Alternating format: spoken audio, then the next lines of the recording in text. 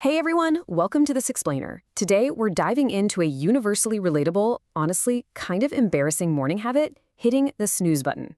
We all know that internal debate, right? The alarm blares, the bed is just impossibly warm, and stealing a few more minutes of sleep feels like the ultimate hard-earned reward. But today, we're unpacking the hard science of why those extra minutes might actually be secretly ruining your entire day, and more importantly, exactly how we're going to fix it. So let's jump right into the central mystery here.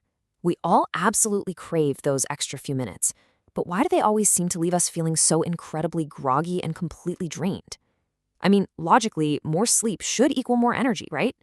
Well, it turns out our biology doesn't really operate on simple math.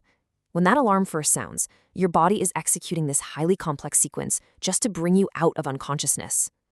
Neurologist Dr. Chris Winter really hits the nail on the head with this. He points out the brutal truth. The snooze button isn't actually giving you more rest. It's totally sabotaging your body's natural transition into wakefulness. You aren't getting a continuous restorative cycle.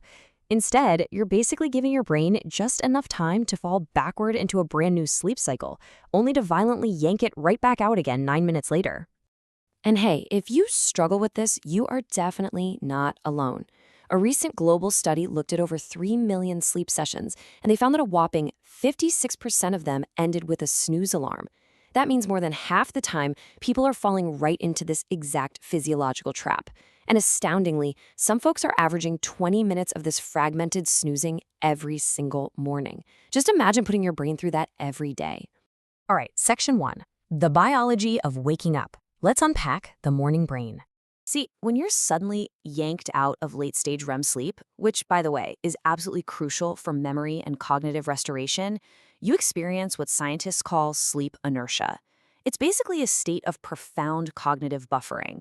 Your prefrontal cortex, that's the part of your brain responsible for high-level decision-making and logic, is just temporarily offline. This is literally why you end up staring blankly at your coffee maker for 10 minutes, just waiting for your brain to boot up. Now, under natural conditions, your body prepares to wake you up using something called the cortisol awakening response. It acts as an internal ignition signal to rise and shine. This is the ideal scenario, right? About 30 to 45 minutes before your natural wake time, cortisol actually starts rising to give you that energized alertness. And your core body temperature, which dips overnight, also begins this natural steady climb. But just look at the stark contrast between a natural wake-up and snoozing. A consistent wake-up triggers a healthy hormonal surge and a steady temperature rise, pulling you cleanly out of REM sleep. Hitting that 9-minute snooze, though, that throws you straight into a chaotic fight-or-flight response. It triggers a totally dysregulated hormonal cascade and erratic temperature fluctuations. You are essentially fighting your own biology. Medical experts often use a specific analogy for this, and when you really think about it, it's pretty alarming. Imagine turning your car keys, starting the engine, then killing it immediately, and just doing that over and over again. The repeated mechanical stress of that fragmented sleep creates neural and hormonal confusion that lingers for hours. Honestly, it's no wonder we feel so irritable and foggy when we finally drag ourselves out of bed. Moving on to section 2, how wearables track sleep. Let's talk about the smart alarm illusion. So, a lot of us try to solve this morning grogginess with tech, right? We hope a device on our wrist is going to save us. Looking at the battle of the algorithms, popular devices are really throwing everything at the problem to infer your sleep stages. You've got the Oura Ring using finger-based infrared, the Apple Watch and Whoop using continuous green light sensors, and Garmin leaning super heavily into heart rate variability. But here is the reality check. While these wearables are actually really good, around 80% accurate, at simply detecting if you're asleep or awake, their accuracy totally plummets to the 60% range when they try to guess your actual sleep stage. At least that's what we see when we compare them to clinical brainwave measuring polysomnography. The thing is, wrist and finger sensors just really struggle to read exact brainwave shifts, so relying on a smartwatch to wake you perfectly from light sleep can be highly inconsistent. And the supreme irony here? The errors tend to cluster right at the boundary between deep and light sleep. So the exact moment a smart alarm is supposed to save you from sleep inertia is literally the exact moment the sensors are most likely to be confused. Which brings us to section 3, mastering your circadian rhythm and the power of Zeitgebers. Okay, since we can't fully rely on smart alarms to magically fix our mornings, we really have to master our internal biological clock. Your sleep-wake cycle is governed by the suprachiasmatic nucleus, or SCN. Think of this as the master conductor in your brain. It relies on environmental signals, known as Zeitgebers, which is this fantastic German word meaning time givers, to tell your body what time it is. And light is absolutely the most powerful time giver of them all. Flowing your daily light exposure correctly is just absolutely crucial. Morning sunlight activates melanopsin in your eyes, which triggers that vital cortisol surge and suppresses melatonin.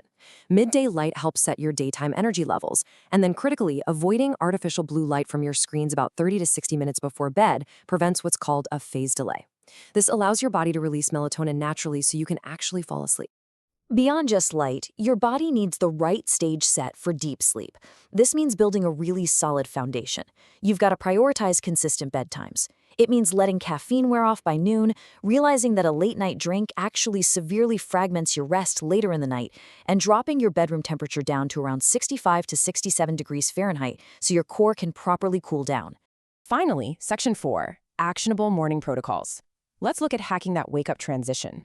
So how do we actually practically beat this morning resistance? Well, standard alarms induce this abrupt, jarring auditory shock, which triggers instant stress. But swapping that out for a sunrise simulator provides a brilliant physiological failsafe.